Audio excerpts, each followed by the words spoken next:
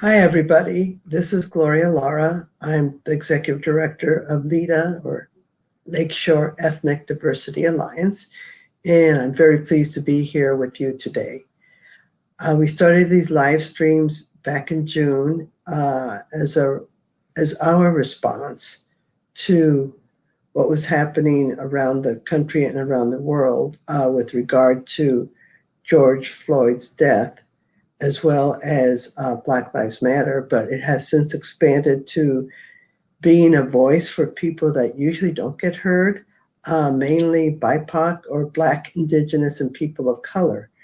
Since this is pretty much the end of Hispanic Heritage Month, I've been focusing on Latinx and Hispanic people the past month, and today we have a very special program. I will be talking with Andrea Mireles. She is the Assistant Director at Hope College. Hi, Andrea. Hello, Gloria. So let me continue. She's the Assistant Director at Hope College of the trio Upward Bound, and she served several roles within the program since 1984. Since graduating from Grand Valley State University in 2008, Andrea has developed an innovative social work focus to help augment the trio model at Hope by assisting students with social issues that may impact on their academic success. She is responsible for student recruitment. She assists to implement age-appropriate career exploration and facilitates both student support and parent leadership meetings. Andrea is an agent of change, committed to helping individuals increase self-awareness and to develop an understanding about the resources and skills necessary to reach their full potential. So welcome. It's a pleasure to have you here. Thank you, Gloria. I appreciate the opportunity. So can you just tell us a little bit about yourself and how you got to be at Hope College? Mm-hmm. Well, great. Yes, I've had the privilege of working with Hope College Trio Upward Bound since 1984. And, for a long time, I've said I ended up at Upward Bound by happenstance. I used to work in industry and human resources. And one thing led to another. And after about three interviews and three meetings, I chose to take the leap of faith and go from industry to work with Trio Upward Bound. And I've been there since. I've grown, I've learned, and had the opportunity to meet countless families and walk the journey with them towards college. And it's been just an outright, it's a privilege to work with Trio. Great. So for people who are not familiar with Trio, could you just expand on that? What exactly is it? And maybe a success story or two? Oh my goodness, there are thousands of success stories. But yes, we are Trio Upward Bound is part of 8 federally funded programs across the country. And we are one of the oldest, or one of the first programs to have been funded back in the 60s. But we are a college prep program. We work with students from grades 9 through 12, and the program has evolved as programs do, right, that are federally funded. We have evolved since the 60s. The first group, it's my understanding and records show that there were about 13 students that started with the program. We are currently funded under the U.S. Department of Education to work with 85 students. And our 3 target schools are Finnville, Holland, and West Ottawa high schools.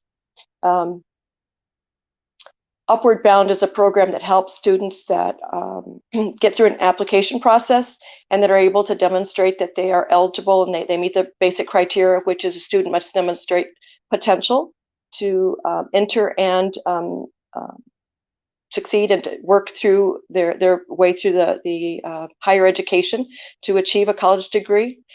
Students must meet the federal guidelines for income. So we look at taxable income. The government identifies our students as low income students, and we choose to say our students are influenced by external factors and the socioeconomic situations. And our students are also can qualify as first generation, meaning that mom or dad have not completed a 4-year degree. It's interesting, we recruit at the 8th grade level, and if we all think back to 8th grade, who at that time is ready to afford a 10-year commitment.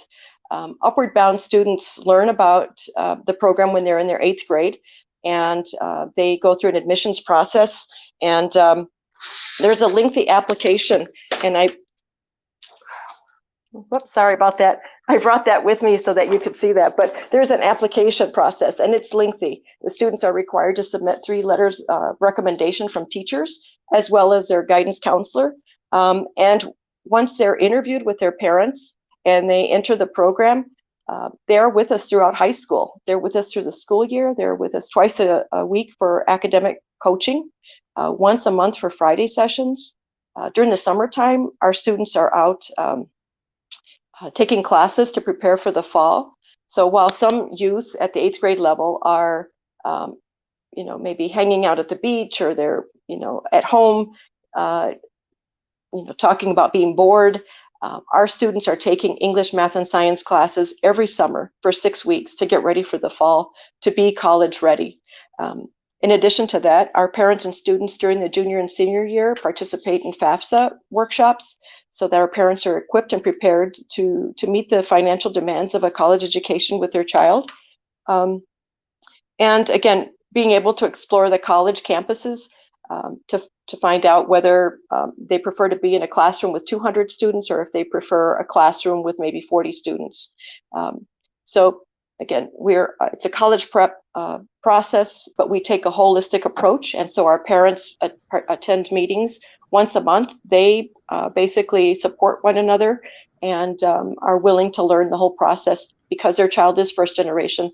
Many of our families have not completed a high school diploma and many times have not been on a college campus. And so we're there, TRIO programs are there to help the families navigate that whole process. No, that sounds like a great program. I'm a first generation with my mother having completed high school and my father being born in the States, grew up in Mexico, just went to about the 4th or 5th grade. So, but, one thing that TRIO focuses on is education. And, you and I know how important education is stressed in the Hispanic Latinx communities.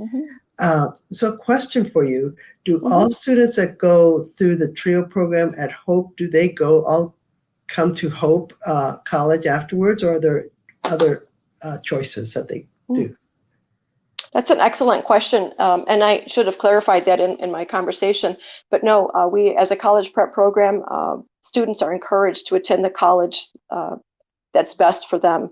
So while some of our students do attend Hope College, we have students that have attended Macalester, Hawaii Pacific, Rice University in Houston, and across the state of Michigan. So students gain admission and they go off to whatever institution of higher education that's best for them.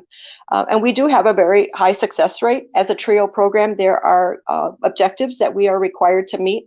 And there's an annual performance report that we have to submit every year to demonstrate that we are doing what we said we would do. And so whether it's academic performance, 75% of our students must achieve a 2.5 or better. Also, our students, we're looking at a secondary retention rate to make sure that our students are graduating from high school. And we're also looking at making sure that they're taking a rigorous course selection so that they're taking the English, math, and science it's going to make them competitive and allow them to gain access to the college of their choice. And then we're also graded on, or we're assessed as a program based on the students that are graduating from high school and then entering that 4-year college or university. And so our students are required to enter that college or university. But then on top of that, the government says, if the programs are really that effective, then the students must graduate within 6 years. So we have a high retention rate. We have our students, I should say, our alumni have an amazing success rate. And it's really is what we say, we have nothing magical. We do not have a magic vitamin or a magic wand to make it all happen. The students are willing to work hard, but beyond that, the sacrifices that our parents make to make sure that their child goes off to college. And as I said at the beginning, I've had the privilege of working with TRIO for over 36 years. And something that you mentioned, Gloria, your parents' educational background and your role as a first generation student. In all my years, I've never met a student that said, I want to fail. But I meet lots of students that I understand for first generation student, low income student, I would have qualified for TRIO had I applied. I understand that sometimes we just don't know how to be successful. So the workshops that TRIO provides, reading comprehension, how to take notes, how to prepare for a test, what is an SAT, and how do you prepare for that? And so all those skills that are necessary, organization and time management, those are the things that we work on to equip students so that they're able to go off and reach their full potential. That's great. So you mentioned something about the FAFSA. Could you talk a little bit for people who, I think most people, everyone knows what a FAFSA is, but can you tell me about, do you work with the parents on that and what their reaction is and take us through that process as well? Because I know, especially for students from Latina, families, it's not just the student's decision to go on to college, but it's an entire family decision. Oh my goodness, yes, it is. And so that's the privilege of working with our students throughout high school. And all research says that we're more successful if we are able to make that connection with our parents and our students before they enter high school. So they're able to assess, gain some self-awareness, begin to explore that whole process. But you're right. So our parents begin to hear that whole idea of FAFSA, right? That federal, that long application, which is online now. But even then, which of us has $40,000 in our pocket to pay per year to go to college? None of us does, and that can be scary when we're working with families that that meet the socioeconomic guidelines of TRIO programs. And so we start talking about that. How do we put those $5 aside every once in a while? How do students' summer employment, how do they set aside the $100 or $200 to meet the demands of, the cost of college that continues to rise? But we have our academic coordinator, Yadira, who works with our seniors specifically. So our seniors, by the time they reach their senior year, they've already completed a resume. They've already, visited colleges for 3 years prior, and they've begun to really narrow in. And our students are required to apply to at least 3 colleges by mid-October. But then they also sit down with Yadira, our parents do. This year it was very unique because it was all virtual. But normally they sit in a at Hope College in a college computer lab, and they're all back there and they learn, how to sign up, how to create a pen, and how to go through that whole process, because it is a huge task. So FAFSA basically is an application that looks at the family assets, looks at the money that's available, looks at the cost of what the college will be, and federal government says this is what you qualify for as far as loans. This is what you would qualify for a Pell Grant, and this is what you would get with federal aid. And so it allows the family to really explore and weigh their differences and opportunities, which college is offering a better package based on their grades and their career interests, and what is the money that's available. And I think that we all understand that the cost of college is enormous, and there will be loans. There's no question about that.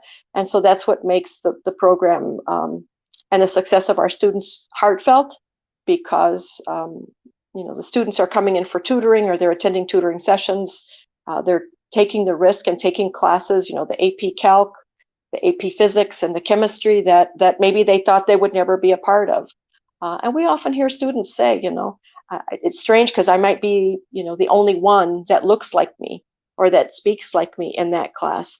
And so TRIO really is that bridge that allows students to access higher education. And I have to say, Gloria, that TRIO programs are the product of President Lyndon B. Johnson's War on Poverty, where he stated the way to work our way out of poverty is through an education. And you're very right. We know how important education is. All research says that our current youth beyond high school will require some sort of training or certification in order to be able to compete for the jobs and that workspace. But Upward Bound is simply one other option, and we are that option for Holland, West Ottawa, and Finville students that allows them to prepare for college.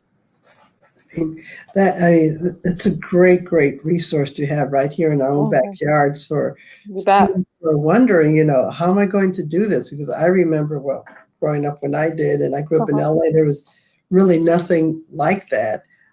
Just to understand all these forms. I remember my mom saying, I have to tell people how much we make, that kind of stuff. It's very intrusive if you're not, you as a parent are used to that. So tell me about some of the success stories. You said you had a lot of them. So tell us about that, please.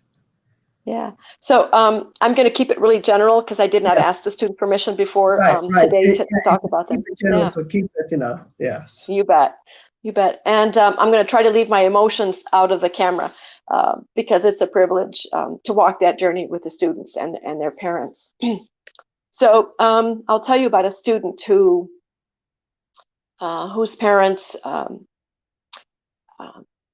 worked 2-3 jobs. Maybe working in the field in the morning, working at a construction company for a couple of hours, cleaning homes, and doing jobs that are not very popular.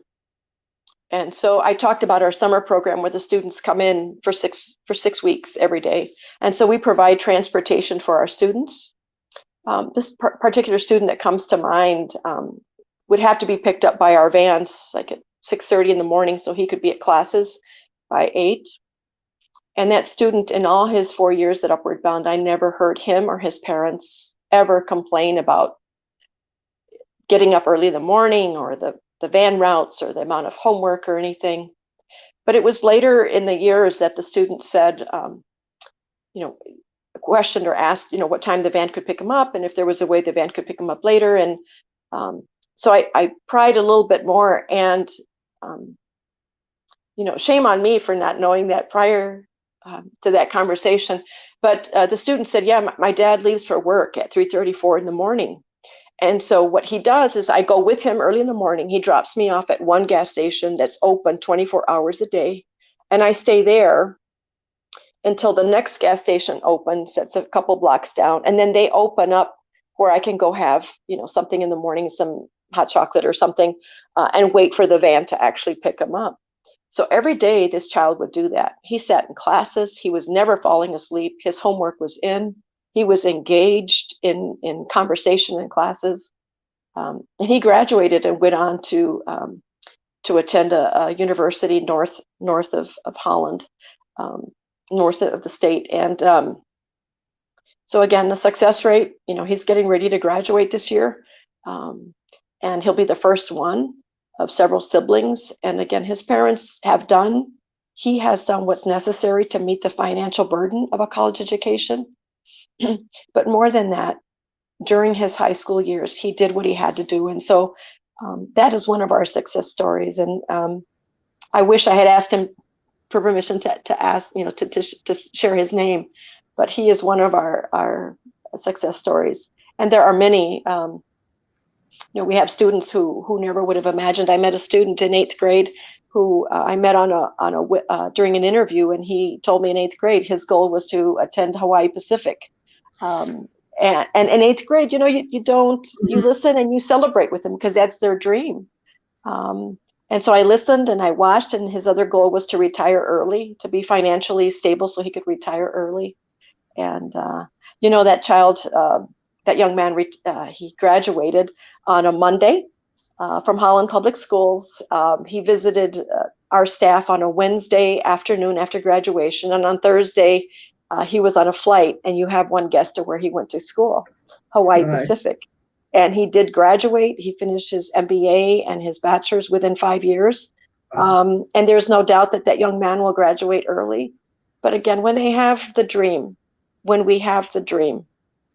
I have learned through personal experience, but also in watching countless students do what they've got to do so that they can succeed.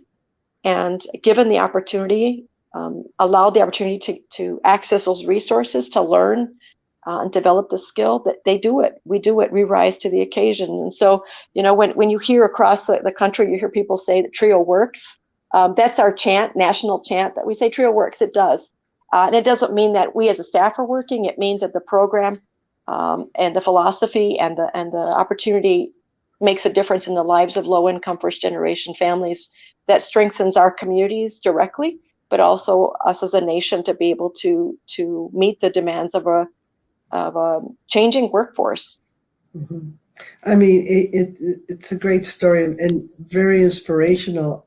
I think what's really important, and then, reflecting back on my experience is, I didn't know how to do things. My school at least got us through the PSAT and the SAT and all that. But, to apply to business school, for example, turns out that you're supposed to write your essay and send it around to friends and trusted, people, advisors, and spend time crafting it. I did mine like in just a couple of hours and sent it off. I didn't know that you were supposed to do it that way.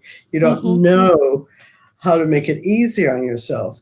And I think that's what TRIO also does, is it provides a resource and holds the students' hands, not to do the work for them, but holds their hands and the encouragement that's needed, in order to keep persevering. Because, for as you know, for high school students, 4 years is a long time. And that, when they get into TRIO, this will never, this is going to take so long, but they probably look back on it and say it's one of the best decisions that they made. I mean, sounds like we hear that often. Yeah, we hear that often, and we utilize the experiences and the gifts of our alumni that are out in the workforce throughout the country, and they come back and talk to our students, and they say it went by so fast, but now they talk about their careers as engineers, as law enforcement, working in government, owning their own business, and in the medical field, and so that for our students provides them with that inspiring stories that of students that once sat in the same auditoriums and classrooms that they did.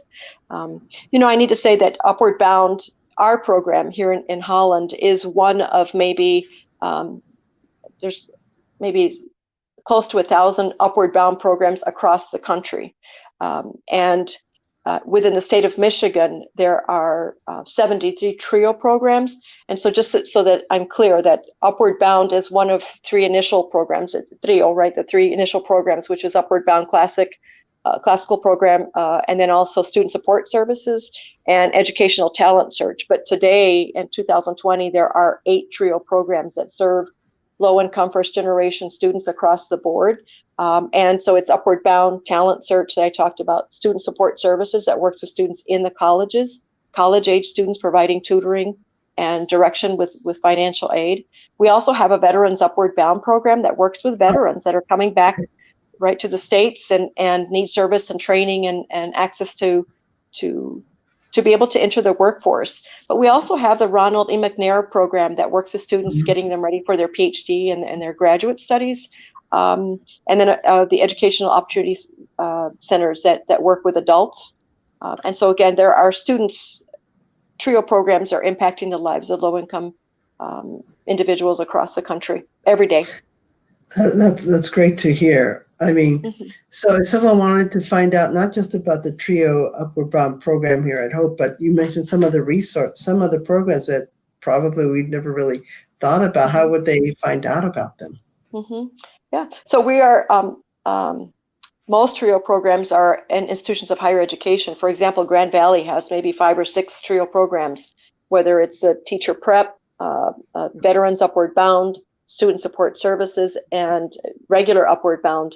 And they have also a McNair program. So Grand Valley is a really good example. Aquinas has TRIO programs as well, as does GRCC, Central Michigan University. So I would say that number one, when people are looking at different institutions of higher education, to consider to look up TRIO or TRIO near me. But if you look under the U.S. Department of Education, you can find a list of all TRIO programs as well. Wow, I mean, that's great. This is wonderful because it can be a lonely road, particularly if you're a child trying to convince your parents that yes, I can go to Mm, college, and yes, they will accept me, and yes, I can do the grades, and mhm. yes, we can figure out a way to pay for it. I mean, Yeah. yeah, it sort Mhm, of it really helps. So, mhm, um, mhm, thank you so much for enlightening us about this great program. mhm. I'm going to take you off the screen for a minute while you prepare for the next part of our Oh, conversation. Okay, okay, see you great. in a minute. So the great thing about Trio is it shows that you're never alone if you're looking for resources, if you're looking for help, if you're looking for assistance, or just someone to help you know encourage you along the way. If you're a student and if you're a parent, to really help with what is needed in order to have your child succeed. So please spread the word. So now I'm going to bring Andrea back on the screen, and we're going to talk about our second part, which is a little special, given the fact that it's towards the end of October. And so, Andrea, I Hello. wanted to, I, I wanted to talk with you about El Dia de los Muertos, the Day of the Dead, You which bet.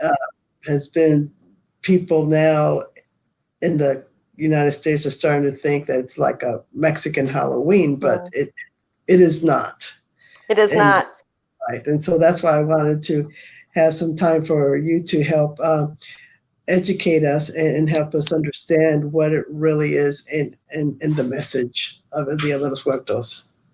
You bet. So again, I readjusted my camera just a little bit there so that you can see, and I will do that as we get through the session. So I apologize, my laptop didn't want to work, or we lost connection there. But so yeah, Dia de los Muertos is definitely not Halloween. It is not a Mexican Halloween. And in my home, in our home, it's been uh, it's an important part of our year in our celebration. Um, the Day of the Dead is celebrated on November 1 and 2, 1st and 2nd. And I have mine up one for today's presentation, but I normally get started earlier in October, as do many people. I mean, in many regions of Mexico, they are already, by October 28, things are happening. And although I was born in Texas, and I have, unfortunately, I've never had the opportunity to celebrate Dia de los Muertos in Mexico. It is a very important part, and it's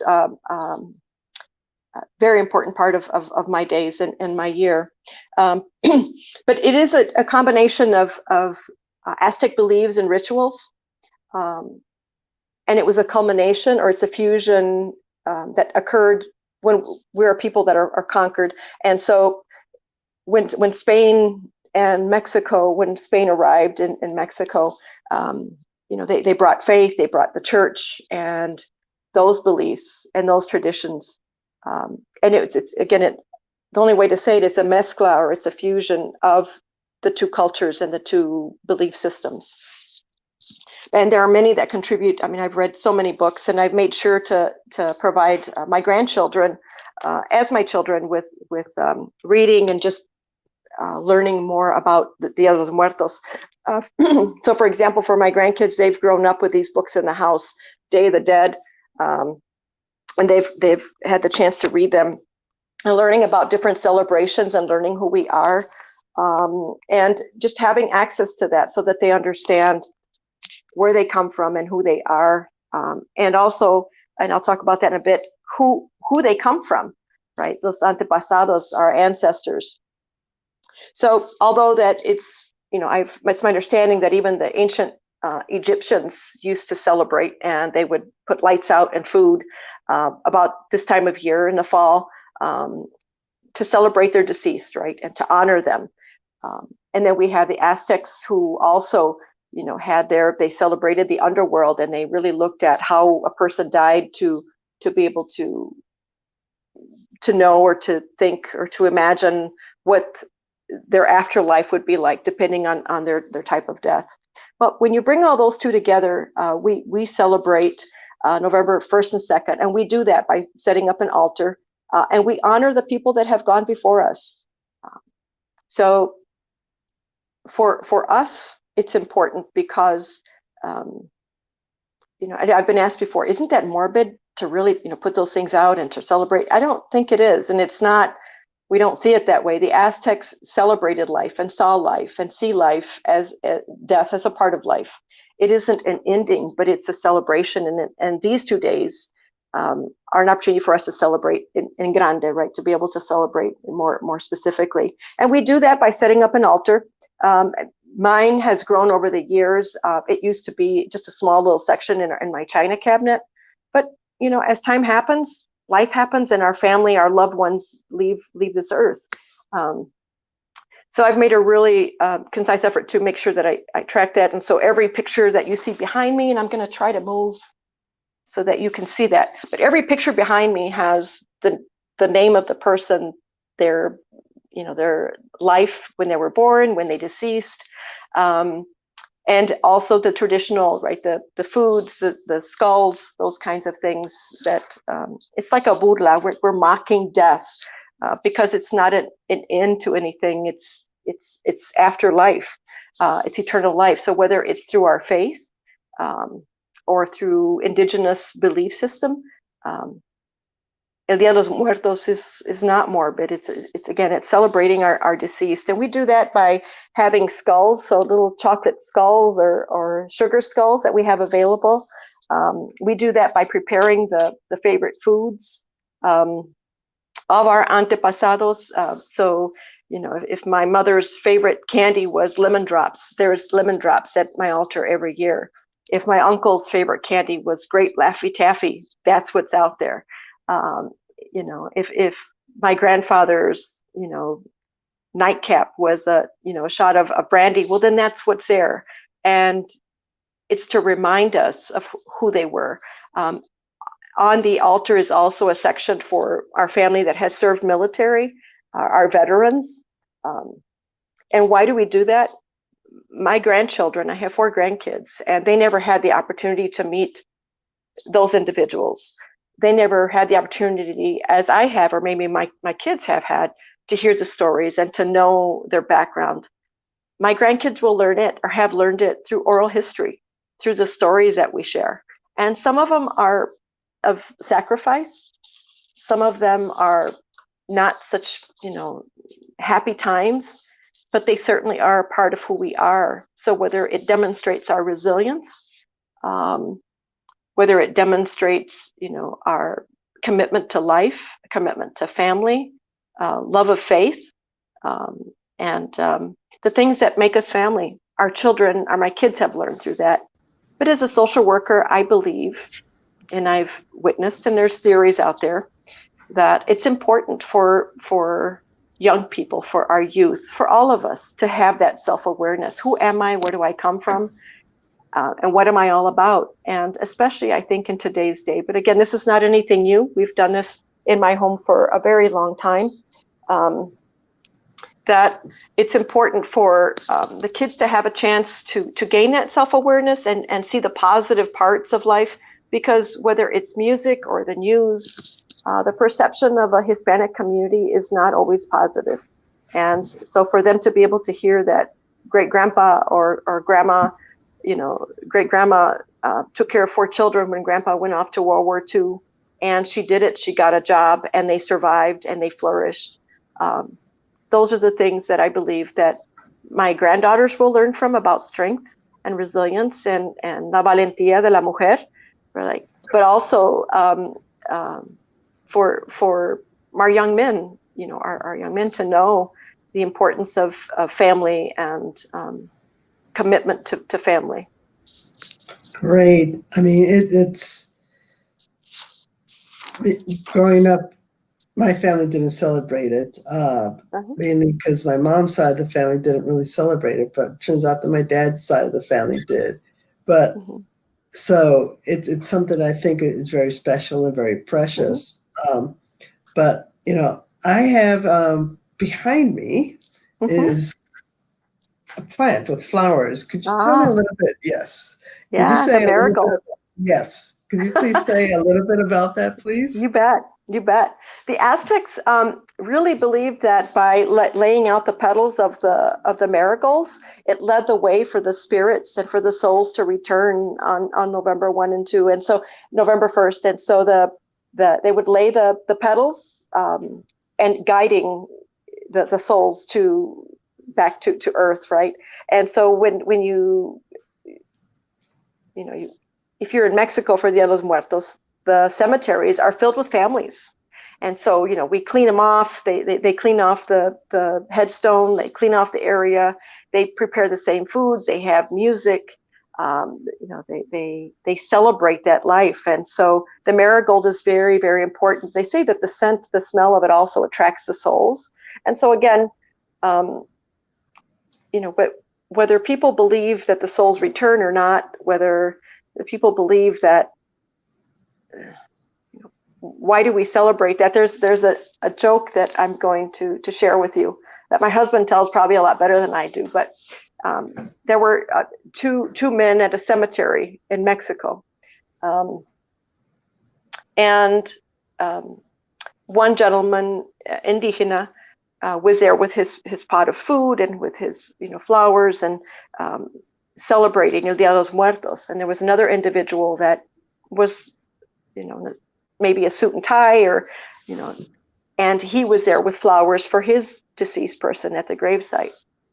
And the gentleman mocks the gentleman that was there with the flowers, mocks the man with the pot of food.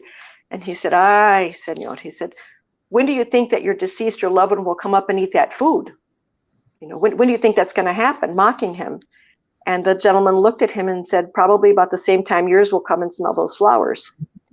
And so again, it really brings to light that across even Mexico, different regions, it's celebrated differently. There are different foods, different candles, different ways. There are parades.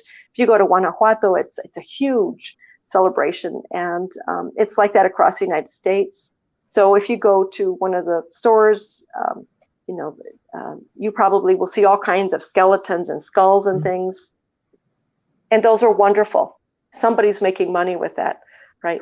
But for us, it's a step further, that it's celebrating our deceased, and it's placing honor on the lives and their influence in our lives today. So that brings up a question. Is there like a holiday related greeting that you would say to someone during the, Dia de los Muertos? Would you say Feliz Dia de los Muertos or Happy Day of the Dead, or how do you acknowledge it with other people? Yeah. So there are memes that Feliz Dia de los Muertos, and so I know that among my friends we share that Feliz Dia de los Muertos, but because I know that immediate group, that we all celebrate Los Dia de los Muertos, right? And people are already putting their altars together. People are already, if you look on social media, people are already posting their pictures and getting that stuff. And I'm glad that it's a trending thing. It's a good thing. But yeah, I don't know that anyone's ever been offended by saying Feliz Dia de los Muertos. I don't know that there's a specific way. I don't know that there's a appropriate or inappropriate way to do that. You showed some of the books, and I have some of those books for my daughter. She's 30 now, but you try and tell them about, like you said, your ancestors, the people that came before you. Like my grandmother worked really hard, having her own business. My father's family lived like in a labor camp, like a company camp in Southern California, at a brick yard making bricks. And so my grandmother had her own little business, cooking and making food for a lot of the single men that were there and doing their laundry. And, so she was saving up money. They went back to Mexico for that. So just hearing those stories really makes it come alive, and you start thinking, oh, maybe that's where I got my entrepreneurial streak from.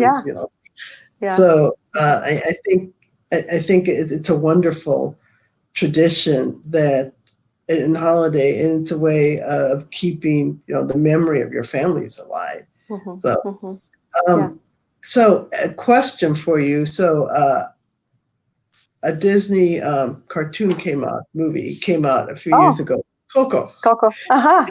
So, and can you share with us, talk a little bit about that and how it Mm, may or may not have been entirely, you know, true to tradition? mhm.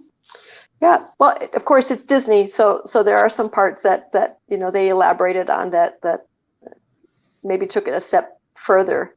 But I think that the bottom line, the message was right on. It was spot on. Um, the message of the love of and the traditions of the elderly, and the impact it makes on the youth, on the the nietecito, and I don't remember his name, but the impact it made on his life, and um, so although there might be a mockery, regarding who did what, and their role in life, the perceptions can be very different. Um, and so that's why when I said earlier that sometimes there are stories that are not um, as positive, or they're heartfelt, or there were times that were of deep suffering, Right. but they still, all of those experiences stand to be a learning moment for those of us that continue to hear them, or restate them, or share them with our children. And so just like the grandma in that movie Coco, just to be able to in that story in particular, was just the whole idea of love, Hmm.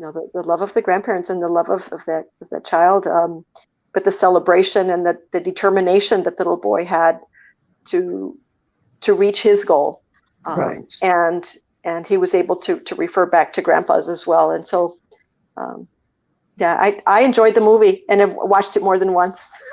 Me too. My daughter won't watch it with. She says, "No, you can't Oh, watch it except around Dia de los Muertos." So it's not a movie to uh-huh. be seen at other times. So we developed our own Uh-huh. tradition around that as well. Yeah, So yeah. yeah, So yeah. no, You this know, is wonderful. Go ahead. I was going to say, Gloria, that just the silliness, and I think that when my kids were growing up, they probably roll their eyes and go, "Oh, there she goes again," right? Because we would Hmm. make the pollo, the mole, and we would do, all the favorite, candies and the cookies and the baked stuff that our grandparents, my grandmother's black eyed peas, right? Those kinds of things, but beans. But I developed a little square. A couple of years ago. And first, even my mother and her cousin, they're deceased now, a few years ago, sat here and during Day of the Dead, and they talked about who was the favorite grandchild that my great grandpa Sylvester, right? Who was the favorite grandchild, and the habits and the things that he would do, and the rancheros and our family, the uncles that all lived, were farm hands, at ranch hands, out in cattle farms out in Texas. And so it was good to hear their stories and to watch them share that. But since then, it makes it fun. So what I did was I developed a little square, and it's just a paper square. And so instead of asking questions, I would put a little question under their plate. So look under your plate, and what's the happiest moment or whatever. But now I've developed a square where it's like rolling a dice, and it'll ask something like, share a happy moment, or share a memorable moment, or a life lesson. And it's got different sides. I've got two of them, so it just depends on how many people are usually here.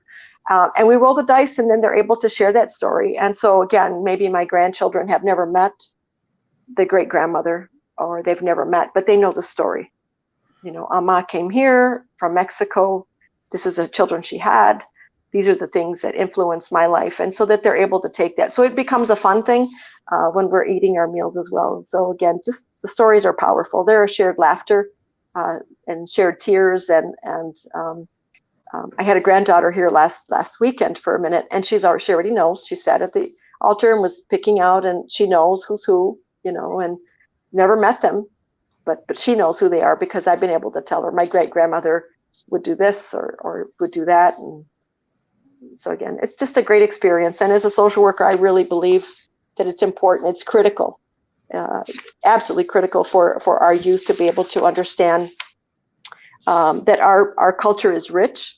It's rich with tradition and heritage, and um, we are people of faith. And so, although society may not always agree with that, and our children may not always hear that, it's important for them to hear it from us, the adults in the family.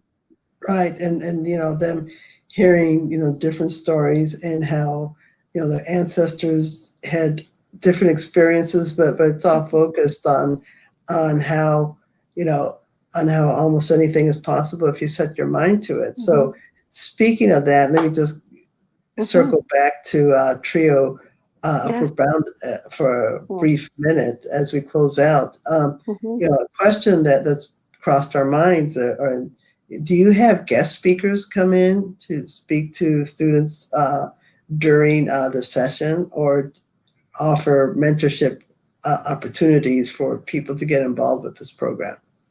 Yes. So once a month we host what we call Friday sessions or special sessions. So we have speakers come in to talk to students about different topics. For example, this Friday is our first Friday session, and we have a school principal and a school teacher coming to talk to our students about the important concepts and components of being college ready. So they'll be talking to our 9th and 10th graders about what is a GPA, how do you calculate that, and why is a GPA in 9th grade as important now as it will be in their senior year. Also talking about what's a weighted and what's an unweighted GPA, and why does it matter? And learning about IB classes, learning about AP and honors classes and how those impact. So as students are making decisions and navigating the high school experience, they have that information. So yes, we do have speakers come in all the time. Our topic in November is communication. So we have a therapist coming in to talk to students about what is effective listening and communication. How do you agree to disagree?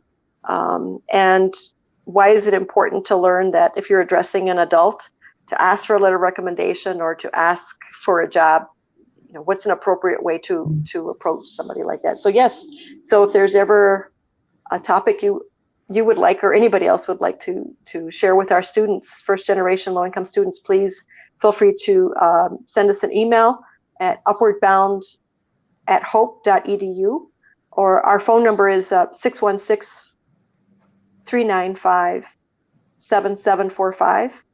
And although we're still working from home due to COVID, we are checking our voicemails and emails on a regular basis every day. So that also means that the meetings that you're having, like the Friday meetings, are now virtual as well. Yes, ma'am. So before we sign off, that brings up a topic. Are your students having issues being able to view the resources virtually from their homes or wherever they're doing that? Is that something that's an issue that you're working through?